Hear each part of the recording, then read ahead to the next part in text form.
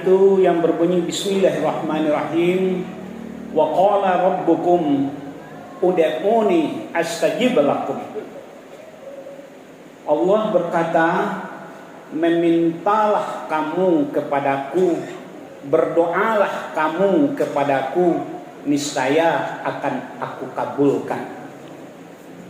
Jadi Allah kalau sudah bilang kamu memintalah, berdoalah kepadaku, bermohonlah kepadaku, bermunajatlah kepadaku, niscaya akan aku kabulkan. Kalau Allah yang bilang, ini sudah bisa dikatakan ini adalah pasti. Karena janjinya Allah itu tidak pernah ingkar, tidak pernah sama dengan janji-janji manusia, janji-janji palsu, janji-janji ketika kampanye, atau janji-janji ketika ingin mendapatkan sesuatu. Tetapi kalau Allah sudah bilang, maka Dia pasti menepati janji itu.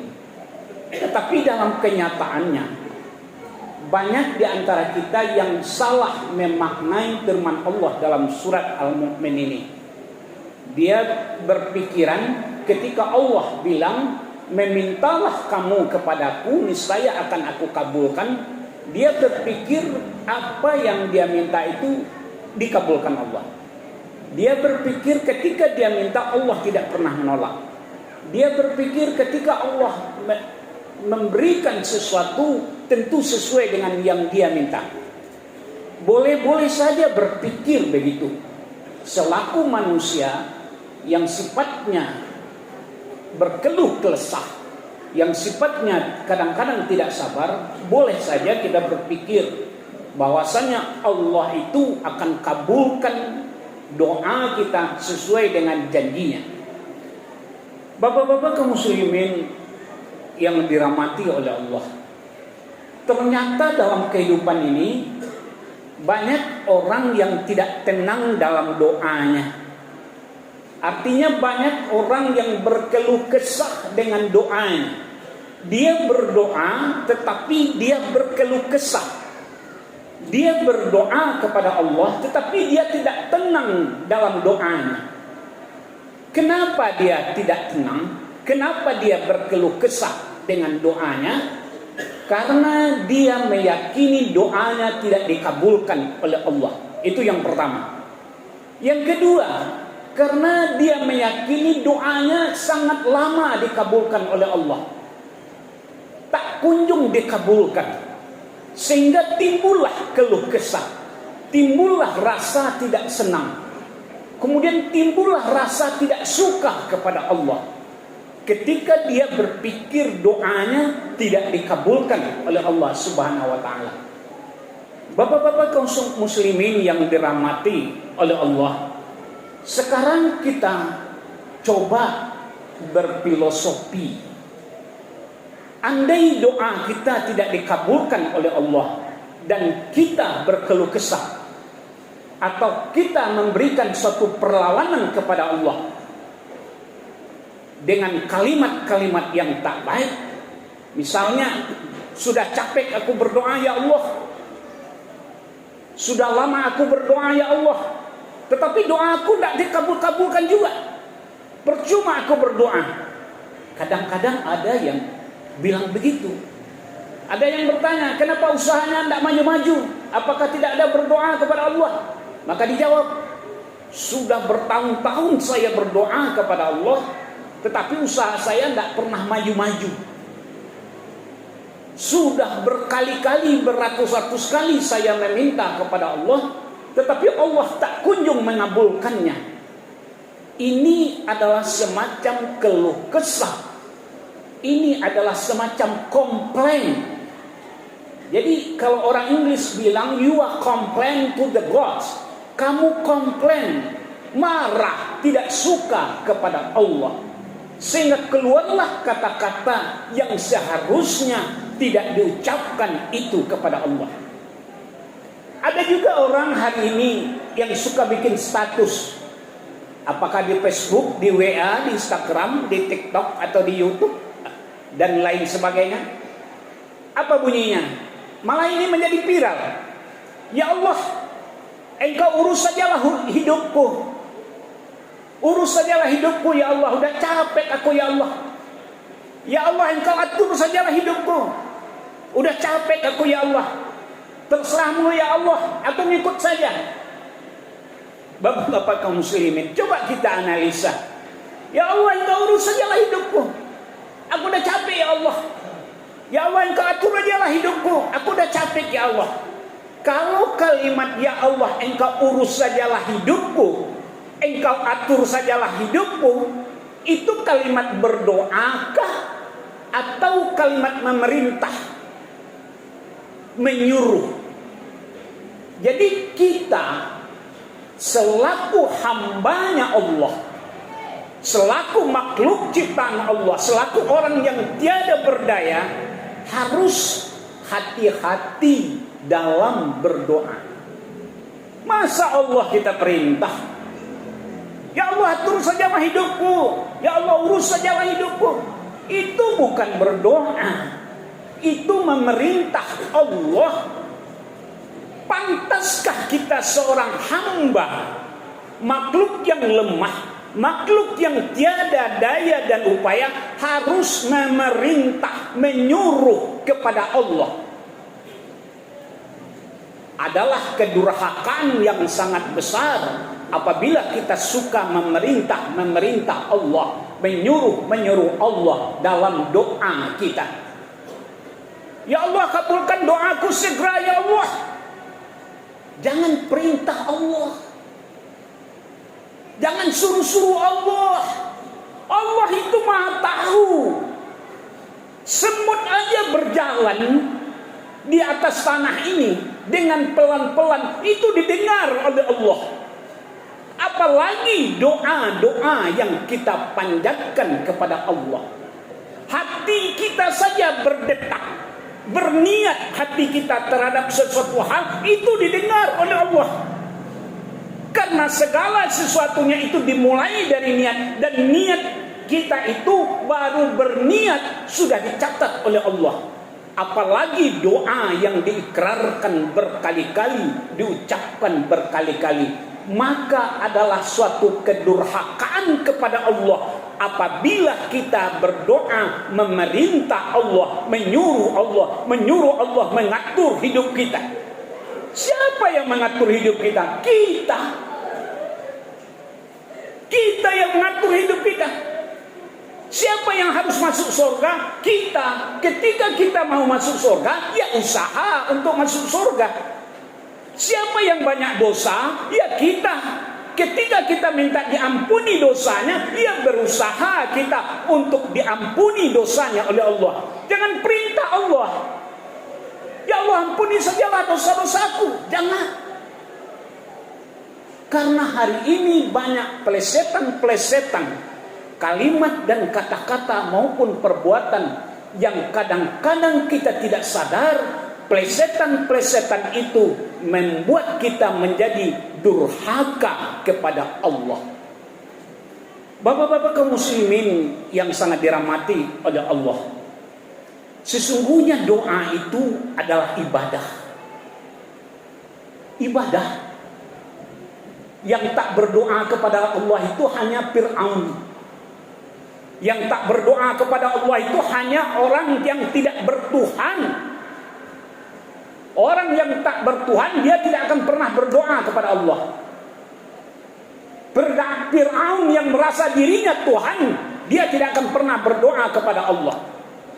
Tetapi ketika Fir'aun ditenggelamkan di Lautan Merah, ketika dia mengejar Nabi Musa, ternyata Fir'aun itu sama dengan kita, juga manusia yang butuh pertolongan Allah. Maka sesungguhnya doa itu ibadah. Siapa yang berdoa selalu setiap saat, maka dia telah menjalankan suatu ibadah.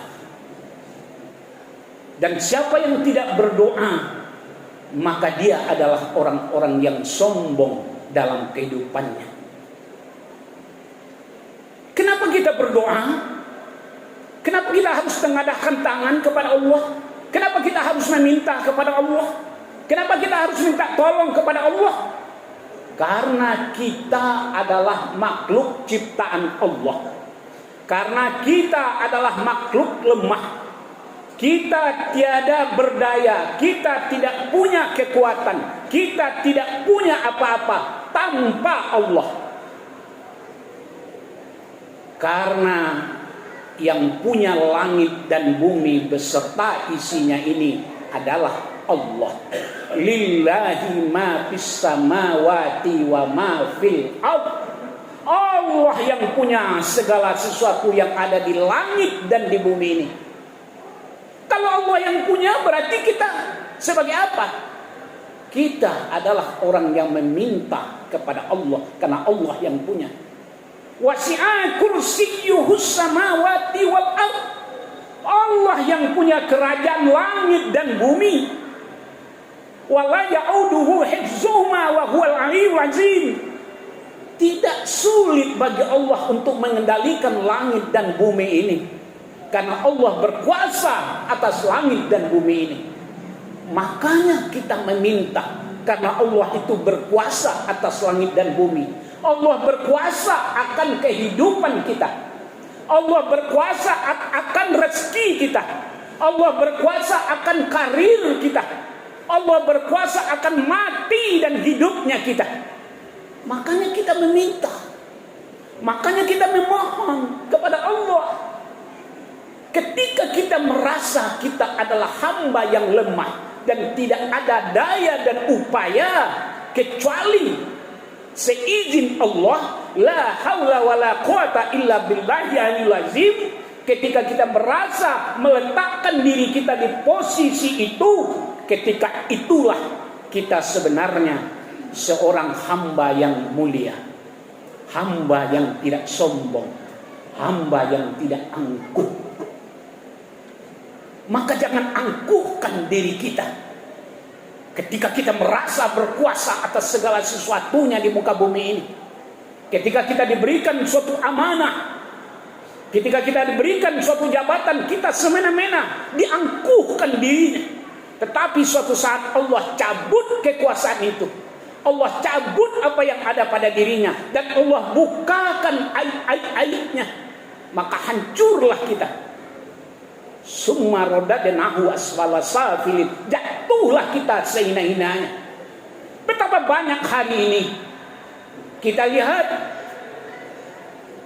pejabat-pejabat yang sudah kaya, oknum-oknum pejabat yang sudah kaya, digaji dengan uang rakyat 4 miliar satu bulan, 3 miliar satu bulan, dimakan 7 keturunan 4 miliar satu bulan, itu nggak makan habis, masih berlebih, tetapi masih rakus, masih mau mengoplos Pertalite menjadi pertama, menipu 270 juta rakyat Indonesia. Merasa dirinya enak, merasa dirinya berkuasa, merasa dirinya tidak diperhatikan oleh Allah. Tetapi ketika Allah bukakan aibnya, ditangkap oleh KPK, masuk builah mereka. Allah bukakan aibnya. Kita ini masih nyaman karena Allah tidak bukakan aib kita. Apa aib kita? Apa dosa kita? Apa kesalahan kita? Kita yang tahu. Tetapi karena doa kita kepada Allah, karena ibadah kita kepada Allah, Allah tutupi aib kita. Hanya seperti membalik telapak tangan bagi Allah membukakan aib seseorang. Siapakah di antara kita yang tak punya dosa, yang tak punya aib? Semua kita, buya, ustadz, ulama, kiai, baik orang miskin, orang kaya, punya aib, punya dosa. Tetapi ada mereka yang sadar ketika aibnya banyak, mereka segera berdoa kepada Allah, Rabbana zallamna anfusana wa illam taghfir lana wa tarhamna lanakunanna minal khasirin. Ya Allah, aku telah aniaya diriku, aku telah rusak diriku. Ya Allah, ampuni dosa-dosaku, ampuni kesalahan-kesalahanku. Maka di sanalah munculnya sebuah doa yang sungguh-sungguh. Bapak-bapak kaum muslimin yang dirahmati oleh Allah, berdoa jangan memerintah Allah. Berdoa itu harus mensujudkan diri kepada Allah. Berdoa itu harus menyatukan diri kepada Allah. Berdoa jangan hanya sekadar iseng-iseng. Dikabulkan jadi, tidak dikabulkan jadi. Banyak orang berdoa, setelah berdoa tengadahkan tangan kemudian kabur. Padahal doa itu harus menyatukan diri dengan Allah. Menyatukan diri dengan Allah itu artinya adalah ketika kita merasa dekat dengan Allah. Ketika jiwa kita berada dalam genggaman Allah, merasa hati kita, jiwa kita, badan kita dalam genggaman Allah, Allah yang maha kuasa, Allah yang maha mengatur. Maka ketika itu kita berdoa, yakinlah sujud kita akan menjatuhkan air mata. Siapa yang berdoa yang pernah menetes air matanya ketika dia berdoa?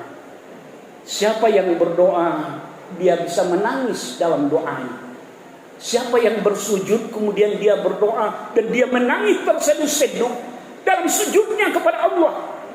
Itu adalah orang-orang yang menyatukan dirinya dengan Allah, yang merasa hambanya Allah, yang merasa hidupnya tidak berbuat apa-apa kecuali dari Allah. Tidak ada kekuatannya kecuali dari Allah. Tidak ada yang bisa merubah nasibnya kecuali Allah. Dia serahkan seluruh hidupnya. Maka muncullah inna sholati wa nusuki wa mayaya. Hidupku ya Allah, matiku ya Allah, semuamu demimu ya Allah. Maka ketika itulah keluar air mata, menetes air mata, menangis akan dosa-dosa, menangis akan kesalahan-kesalahan kita. Maka apa bedanya? Apa yang membedakan orang berdoa dengan kusuk dan tidak kusuk? Kapan doa kita bisa dikatakan dengan kusuk dan tidak kusuk? Mudah saja.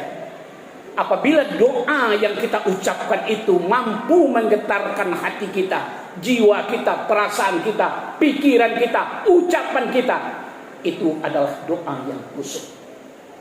Tetapi apabila doa hanya sekedar dihafal, diucapkan, dibacakan, kemudian selesai ditutup, semua orang mungkin menghafal 100 lembar doa bisa. Bisa menghafal 100 lembar doa kemudian diucapkan, tapi tidak ada kekusukan di dalamnya, tidak ada istiqomah di dalamnya, sehingga dia tidak menggetarkan hati, jiwa dan pikiran kita. Inilah yang membedakan kita dengan orang-orang lain. Sesungguhnya doa itu mendatangkan ketenangan jiwa, ketenangan batin, ketenangan hidup. Siapa yang rajin berdoa, banyak berdoa, sungguh-sungguh dalam doanya, diyakini hidupnya akan tenang, tidak gelisah. Siapa yang yakin dengan doanya akan dikabulkan oleh Allah, hidupnya akan tenang. Maka apa bedanya orang yang berdoa yang kusuk dengan tidak kusuk? Orang yang berdoa dengan kusuk, selesai dia berdoa, hatinya tenang, hatinya plong. Kenapa plong? Kenapa tenang? Dia sudah serahkan seluruhnya, sudah kadukan, sudah sampaikan seluruhnya kepada penguasa langit dan bumi. Dengan sungguh-sungguh dan ikhlas, dengan kusuk dan sesempurnanya. Maka tidak ada beban. Apapun yang terjadi setelah itu, ya terjadilah. Karena itu kun fayakun. Karena itu adalah kehendaknya Allah. Dia serahkan hidupnya, dia serahkan jiwanya, dia serahkan keluarganya, dia serahkan anak-anaknya dalam doa-doa yang dia panjatkan. Maka orang yang berdoa dengan kusuk, hatinya akan tenang. Orang yang berdoa dengan sungguh-sungguh, hidupnya akan tenang. Orang yang meminta dengan penuh keikhlasan, hati pikirannya akan tenang. Tidak ada kegalauan, tidak ada kerisauan pada dirinya. Bapak-bapak kaum muslimin yang dirahmati oleh Allah, maka untuk itu teruslah berdoa. Jangan pernah lelah dalam berdoa. Jangan pernah berhenti dalam doa. Teruslah meminta kepada Allah sampai suatu kali kita sampai pada titik bahwasanya doa itu mendatangkan ketenangan batin dan jiwa kepada kita. Doa bukan hanya sekedar meminta kepada Allah, tetapi doa juga mendatangkan ketenangan batin kepada kita semua. La haula wala quwata illa billahi aliyil azim. Tidak ada satu kekuatan, tidak ada satu daya pun kecuali dari Allah. Bismillahirrahmanirrahim. La yadurru ma'asmihi syai'un fil ardi wa la fis samai wa huwas samiul alim. Tidak akan ada memberikan mudarat, memberikan kecelakaan, tidak akan ada memberikan musibah kepada diri kita kecuali izinnya Allah Subhanahu wa taala. Maka yang kita cari itu adalah ridhonya Allah dalam doa kita. Demikian saja, semoga dapat kita ambil iktibar. Fakta biru ya ulil albab.